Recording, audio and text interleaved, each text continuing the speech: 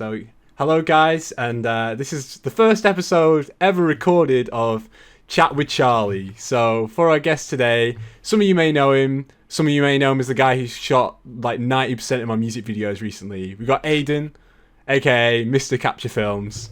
Hello. So all is well. Again, I hope you're doing well, Aiden. I know we were just speaking before, but I'm not sure if everyone's going to catch that. So I hope you're doing well. I'm doing pretty good, bro. I'm just relaxing before, like, I've got a month of work in now, so I'm just taking advantage of doing nothing. Yeah, I mean that's the best way to do it. Doing nothing. I wish I was like that. It's just so busy these days, isn't it? Like. Yeah, but bro, you do everything. I just hold a camera and make things look good. I know, but then again, like, I mean, you're still working on your music. I mean, first off, big ups to you with 100k views on Mike Righteous video. Oh, thank you, man. Yeah, 100k, bloody hell. I don't think I've 105 had... now. Sorry.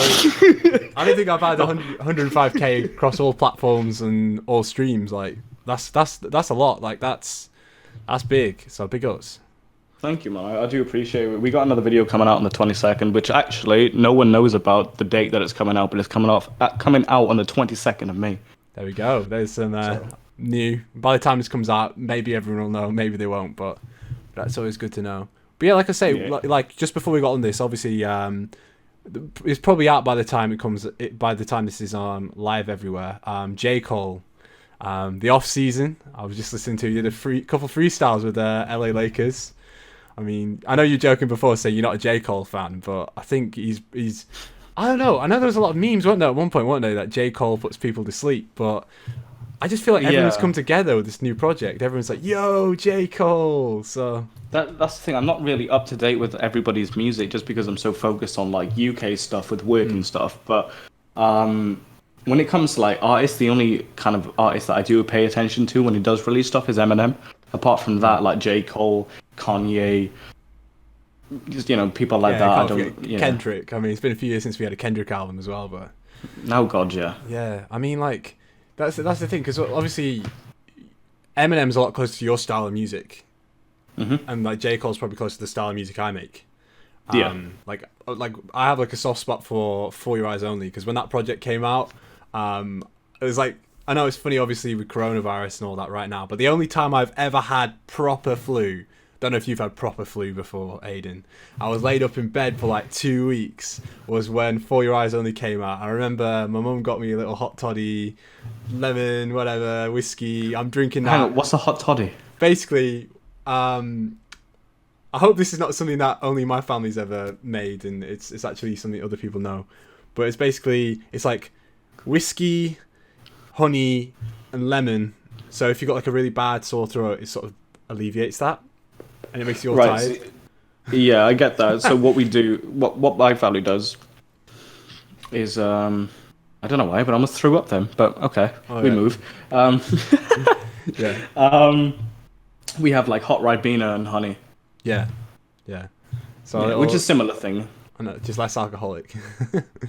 Exactly. Yeah, so little 16-year-old me, well, I'll say little, he's probably like nearly as tall as I am now, to be fair, laid up in bed, I'm there on my iPad, like watching the documentary, watching the album come out, so it's quite a personal album as well, and I like that about that music. But like, obviously for you, I mean, I can't do that skippity hippity floppity flow that you do with some of your tracks, to be fair. Honestly, bro, I just put words together and hope they work. I think that should be in the job description as for every rapper, to be honest. We should just have that. True. Yeah. Oh God. Yeah. But yeah, no. I mean, I hope the project comes through. To be fair, like we were actually talking about autotune the other day when I was what was it when we were doing the second spoken word piece, wasn't it? And you were saying about how autotune, unless done right for you, you're not a fan of, are you? If you sound like C-3PO, like I don't want to listen to it. Like, I think it's just so bad. If you struggle to maintain a pitch, especially with autotune, I don't think you should sing. I think if you're, it's a strong opinion of mine, so feel free to disagree with me, etc. Yeah. But I think autotune is just there to help improve hold a note, which is literally what it's manufactured for. Well, not manufactured for, but used for now. So if you're, constantly going up and down octaves, and the autotune just doesn't sound good, I don't think people should use it. Yeah, no, I get that, but like, I suppose, yeah, I think there's like a middle ground where people don't use it to its full potential. Like, obviously, you'll know like Melodyne. I mean, if somebody's listening and don't know the difference, Melodyne basically is where you can adjust and sort of drag and draw in the notes to make sure that they're right. And then a normal auto-tune would just automatically drag the notes to grid. Because again, I understand that everyone here who listens to it, and again, auto-tune's not all effects. We've obviously got like reverb and it's big and echoey and all these different things as well. Auto-tune, what me and Aiden are about, is the one where it's sort of, it's like T-Pain effect, the sound. T-Pain can actually sing though. That's what we've got to clear up as well. Oh yeah, exactly. But and like, I think he uses it right too. Yeah, I do sometimes like when like the end of Runaway when Kanye's there, he's got the distortion and it's like he almost makes himself sound like an electric guitar with the autotune. And I know you're obviously not a fan of that too much, but that's like a personal taste of mine. 100%. Yeah, I think it's definitely like down to opinion and everyone's personal preferences, to be honest. So, but if you disagree with me, fuck off. So like, I'm joking. Are you sure you wanted me to be the first person on here? We'll get it done, like I say. Yeah, of course. But like, when you're using your voice as an instrument with autotune, I think it's really great because Travis Scott's done that too in Astroworld. No, he did. His last album's Astroworld. What's I forget. I actually forget what the intro track's called now. This is kind of bad. Everyone's gonna be like, no, but I like it. Drugs. I know. Drugs You Can Try It. He does it. He sort of does like the harmonies in the background. That's one of my favorite Travis Scott songs. I'm more of a fan of his older stuff, to be honest. But But like Goosebumps. Stargazing. That's what the song's called. That's the intro. Yeah, Stargazing. Yeah, no, that's a good tune as well. To be fair, I think it was Sci-Hi the Prince actually wrote part of that. I don't know if you know Sci-Hi.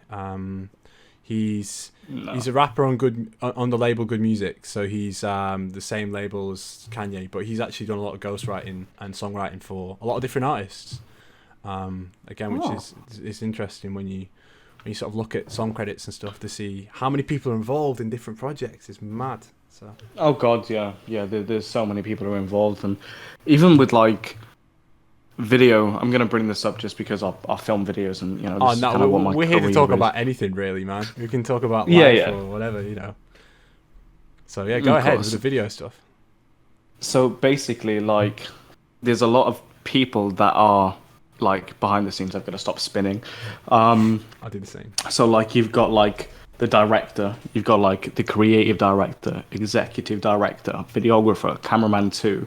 You've got the sounding, you've got the engineer, like the lighting engineer, and things like that. It's so many people, but obviously because I've only been doing this for about a year or so, 15 months now, it's still me just holding a camera and editing it. But like with massive projects, for example, like in comparison with similarities to music, like you've got the ghostwriter, producer, executive producer, the engineer, the songwriter, the composer, which will also come like on a beat maker, I suppose. But there's so many people behind things that it's actually stupid, in a good way. But yeah, no, I get that. It's about like, I remember I was speaking to my mate Brian. His artist name's Bregin. He's the guy who mixed and mastered Middle Times actually. So shout out to him. Although we're still waiting for the performance versions of the tracks, so he needs to get them back. Still, I know, but joking. I know he's a busy man. He's a busy guy, so we will get them. But he was talking about to me because we were discussing doing a project, and he said to me, he was like, what artists need to feel comfortable doing is outsourcing to the places that they know people are better at doing. So I did notice this mic's kind of blocking my face a little bit. But we're gonna get there. But yeah, it's like if I know someone who can play guitar better than I can play it on my MIDI keyboard, or I know somebody who can do bass better than I can pump out bass on one of these bad boys, my little MP sampler. Launchpad, yeah, it's like you got to feel comfortable and able to do that. So obviously, shout to like for example, I get my mate Isaac to mix some of my tracks because he's better at mixing and mastering than I am. I get my mate Katie to record guitar and bass, and I got somebody now who can record some saxophone. I got people who play trumpets. I can't play a trumpet, so it's good to know. No, I can't either. Where you can do that. Like you get to a stage with capture films where you might be like, right, cool. I actually enjoy directing and shooting things. Maybe you might think, you might be like holding the camera, but you might say, right, cool. I'm gonna have creative input on the editing, but my mate XYZ, he can edit it better than I can because he's had years of experience, but I'm better at actually taking the shots.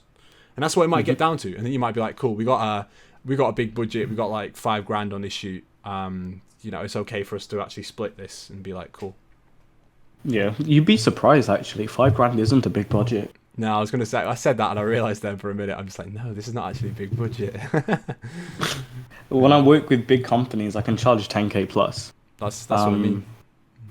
Yeah, so like I think, and that's only a low budget as well, but that's just to cover like resources, profit, your time, things like that, your insurance, your gear, stuff like that. Because when you're working with like, let's say Coca-Cola, for example, you've got to, and you want like a specific water scene, you've got to buy like the hydraulic arm for like your camera.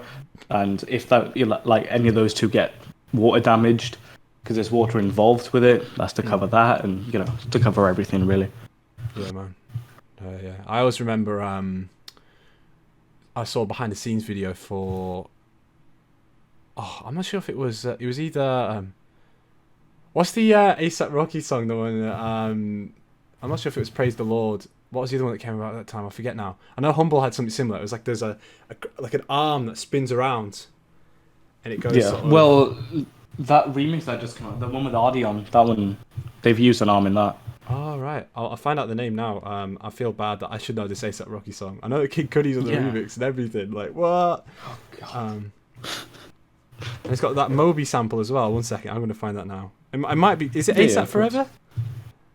It might be ASAP Forever. No, ASAP Rocky. No, but the actual song.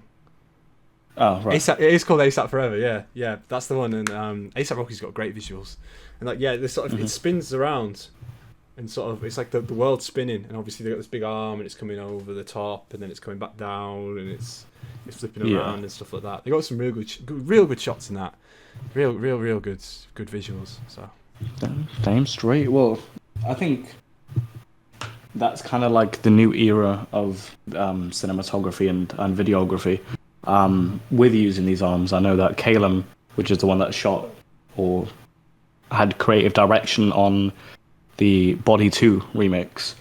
Not Body 2, but Body remix or Body 2. Like everybody's using them now, which is actually something I should invest in myself. Yeah, that'd be like the big arms. They're mad expensive though, aren't they? Oh god, yeah. I don't even want to talk about how much they are. Damn. Yeah, I was going to say. It makes me depressed.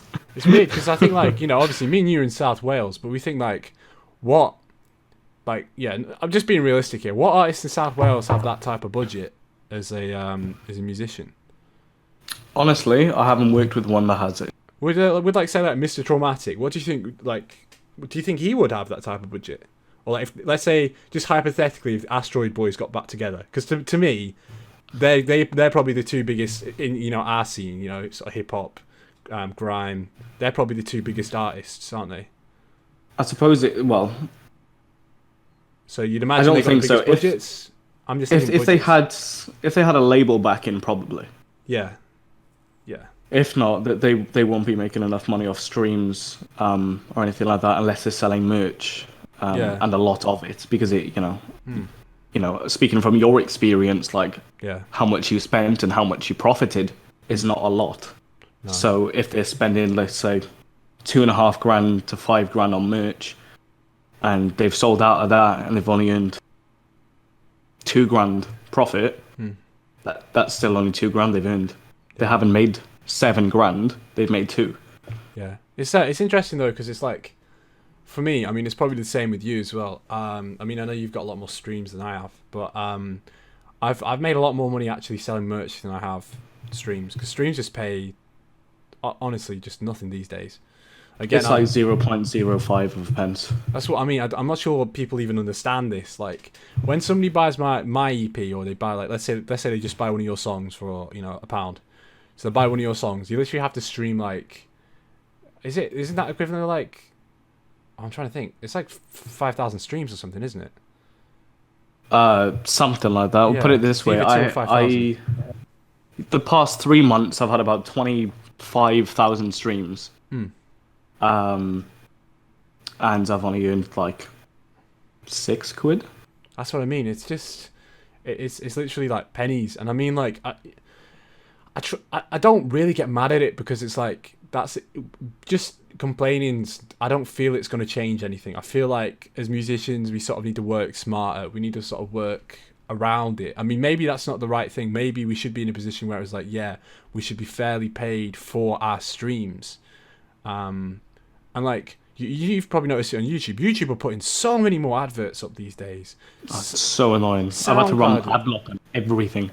Soundcloud are the same. Soundcloud are putting up adverts like every single song, unless you actually pay for premium. I'm not sure what it's like on Spotify. I have Spotify Premium. But it's like... Weird flex. I can spend £10 a month. But yeah, it's like... there's got to be... In my mind, there's got to be more money, and like... The music industry revenue is going up as a whole. You know, it sort of, it reached the bottom, and it's now increasing because of streaming. But payouts per stream are decreasing. So this money is obviously going higher up, and us at the bottom, you know, us artists at the bottom, we're not really getting all of that at the moment, if you get me.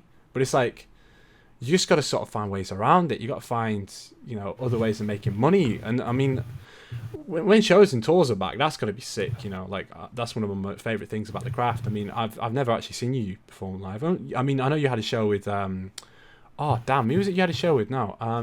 Lunacy. Lunacy, that's it. Yes, I was going to say you opened up for the game, and yeah, Lunacy. Big ups Lunacy, like. Oh yeah, no, I love Luna, bro. I absolutely love Luna. He's such a funny guy. I haven't seen him for a while, to be fair, but I need to go see him up in Bradford. I know. I'll probably see him when I go back up to Rockies, Mike Righteous's, in May. But I might be seeing Naughty Boy as well. Yeah, you know, the nice. guy that Driving in my ass like a kid. Yeah, this is why. Yeah, exactly. This is why we don't sing, lads. Me and you. Exactly. Yeah, just wait. I mean, I can sing with autotune. With the duets coming out, me and you just singing really badly, like. Yeah, damn straight. Yo, I'll film the video and everything, bro. Oh, gotta be done.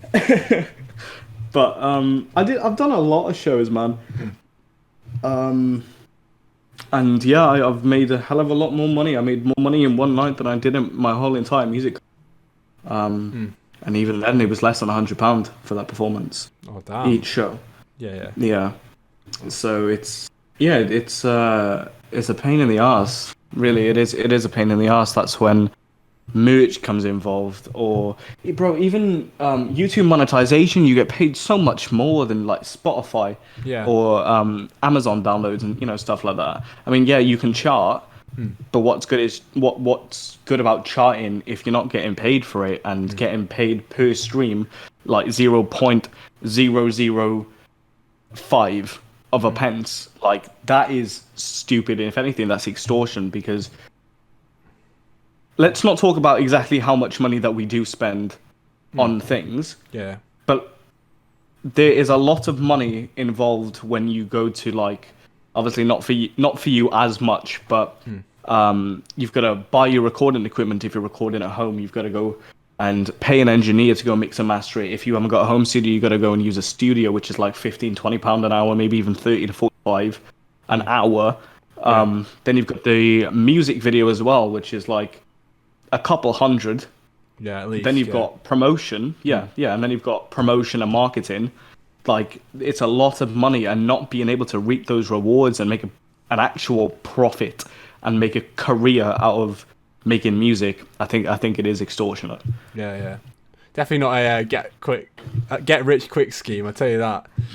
No, You got to do it. no. You got to do it for the love. If you're doing music, you can't be. You're not doing it for money. You're not doing it for. I mean, okay, I do know some people who are like, oh yeah, I'm a DJ, and since I've been a DJ, I get all the girls. It's like, bro, do it for the love of the music. You know, you don't. Exactly. Yeah, like that's where it's got to be. Like I was having a conversation with shout out Ashley. He used to be in House of Pharaohs, and he was asking me about it. He's like, we were on the phone. He's like, why, he's like, why do you do music? And he's like, it might come across as blunt, but honestly, he's like, why do you do it? And when you know why you do music, that's where you set your goals about and around music. And that goes with anything, to be honest. Why do you? I know this is getting like philosophical now, but it's like, what are your intentions with the career? Like, what do you want from a career? Are you just doing it because you want the money? Are you doing it because you want to feel fulfilled and you have like a higher purpose? It's the same with music. Same with any job. That's the thing. Yeah, exactly. And like, this is going to sound so egotistical and braggy and things like that, but when you do something for the love of it, like, I strongly believe that I don't just film videos. I believe that I visually amplify art because music is art. It is literally a form of art. And for me to be able to bring a artist's like vision to life and have exactly what they want and have it like a really great video, that's satisfying for me, and I'm happy with that. The fact that I get paid, I'm not going to say like how much, but like a decent amount of money for it, multiple times a month, like is amazing. But as soon as you turn to a prick and let money change you, like, that's when people don't deserve things, I don't think. No, exactly. Yeah, it's it's always been about working when it comes to, I mean, it's one of those things. I know when people are like, oh yeah, money don't buy you happiness or whatever, but it's like, it kind of does, but it's like, I might get people in here who are like, that might comment on it and be like, yo, he said money gets you options. That's what it is. And like, I'm not saying that you can be happy without a lot of money. You can be happy, like, let's just say, like, theoretically, if I didn't have music and I was like, cool, I'm just gonna run a little juice bar in North Coast and New South Wales or something, like, maybe a juice bar in Byron Bay, let's say. The weather is great. You couldn't tell anyone Australian if you fucking tried. I was if people don't know, I was born in Brisbane. I used to live in Tweed Heads, but Tweed Heads is where Big Les shows. The guy who made that's from Tweed Heads.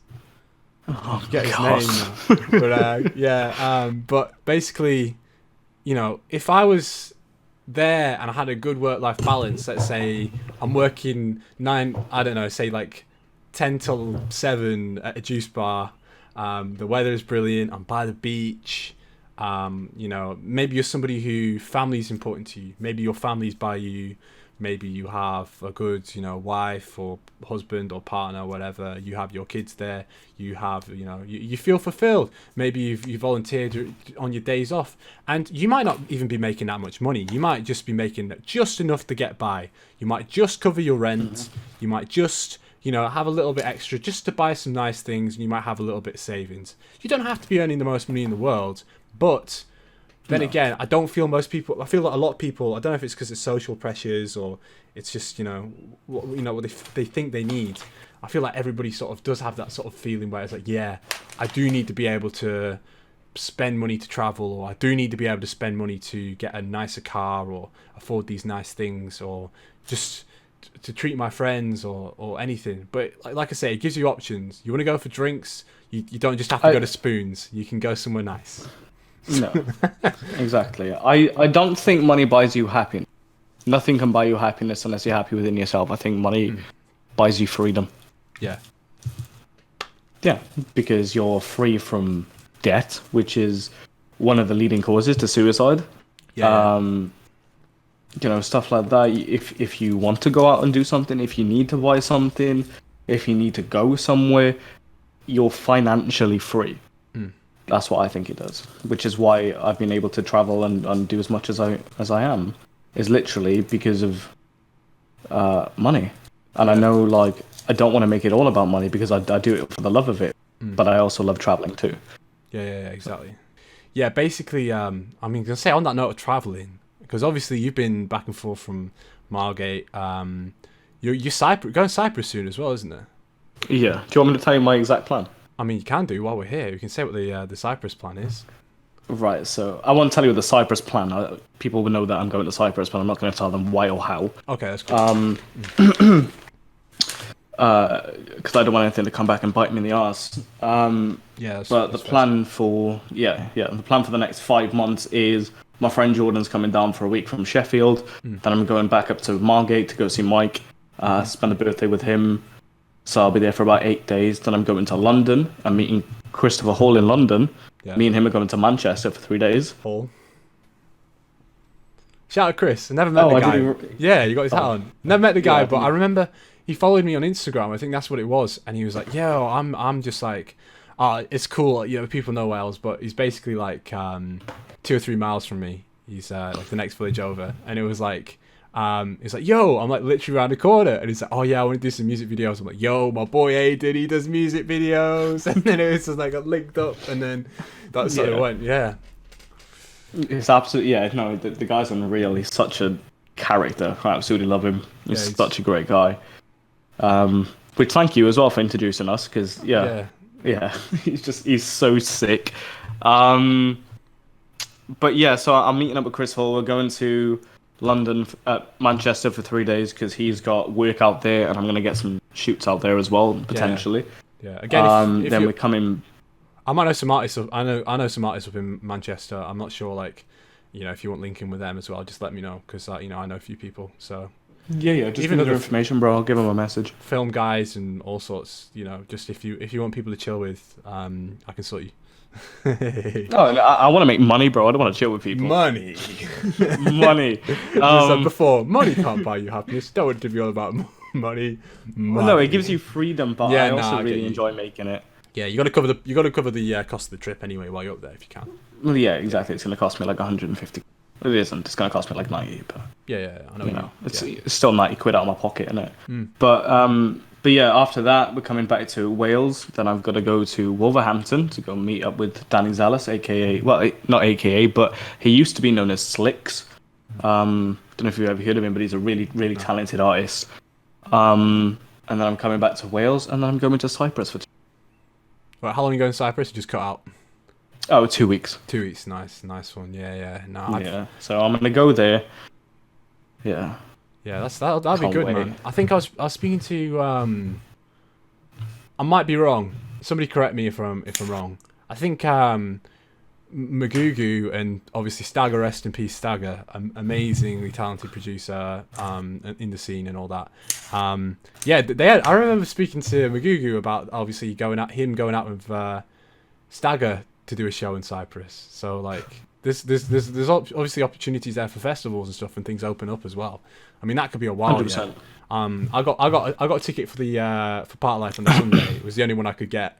So I'm obviously looking forward to shows again, but like I got so much traveling I need to do. No lie. Like one of my mates, she's like, "Yo, I'm in a man." She is, and she's like, "Yo, you need to come over here one of the days." Like I got places I need to go and visit, like places on the map I got to tick off, like. Yeah, places to visit, people to meet, things to do, things like that, bro. Like I've got to go see JJ in October. Oh yeah, which is KSI. For those do some stuff for him. For those who didn't know, yeah. Ola G Day, Ola Tingy. Let me know if you still want to go to that as well. Yeah, I'll have to sort out, because obviously, you were like, yo, get tickets, and then I couldn't get the tickets, and I was like, But I'm all about. Come with me anyway. I got a spare one. Oh, no worries, man. I got to like sort things out, because obviously, again, not everyone who's listening to this will understand the current situation in the UK, but as it currently stands, there is no date given for Wales to open up nightclubs, and I take that's the same for music events, because yeah, I think so. Even in the summer, when it wasn't so bad, they were having open mic nights in Bristol, but they weren't having them in Cardiff. So I believe it's probably going to be similar at some point anyway. There's going to be a time where things are open in England, they're not open in Wales. I'm happy to make the trip to Bristol to do a few gigs, to be fair. Mm-hmm. So, I gotta get known. Again, if anybody's watching this and they are in Bristol, let me know, because I'm always trying to get connections down in Bristol. I want to get someone on the show from Bristol. That would be sick. But yeah, damn straight. You know, like I say, that's the plan. Like maybe one day I'll even have KSI on here. Like.